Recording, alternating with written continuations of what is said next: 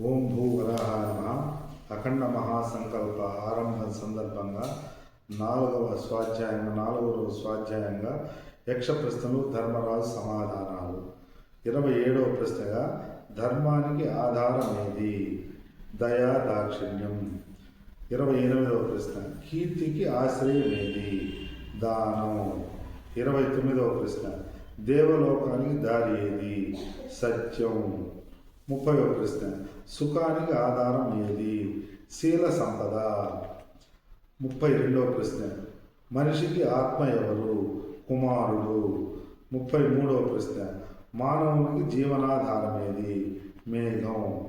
34వ ప్రశ్న మనిషికి దేని వలన సంతోషం లభిస్తుంది?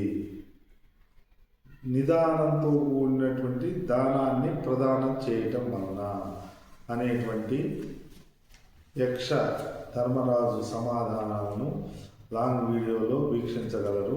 రాత్రి లైవ్లో అఖండ మహాసంకల్పం ప్రతి మానవ దేహానికి అనేక సందేహాలను తీర్చేటువంటి క్రమంలో అఖండ మహాసంకల్పం 4 అంశాలు, శ్రీ విశ్వచక్రానికి అభిషేకము, నవవిధ భక్తి యోగ సమన్వయ విశ్వరూపార్చన, పంచమహాయజ్ఞాలు అమలు జరుగుతాయి. ఈ 4 లైవ్లో అనేక సందేహాల నివృత్తి సమీక్ష సమావేశం జరుగుతుంది. ఎవరైనా ఆ లైవ్కి వీక్షించగలరు, లాంగ్ వీడియోలను దర్శించగలరు. శుభం భూయాత్. ఓం తత్సత్.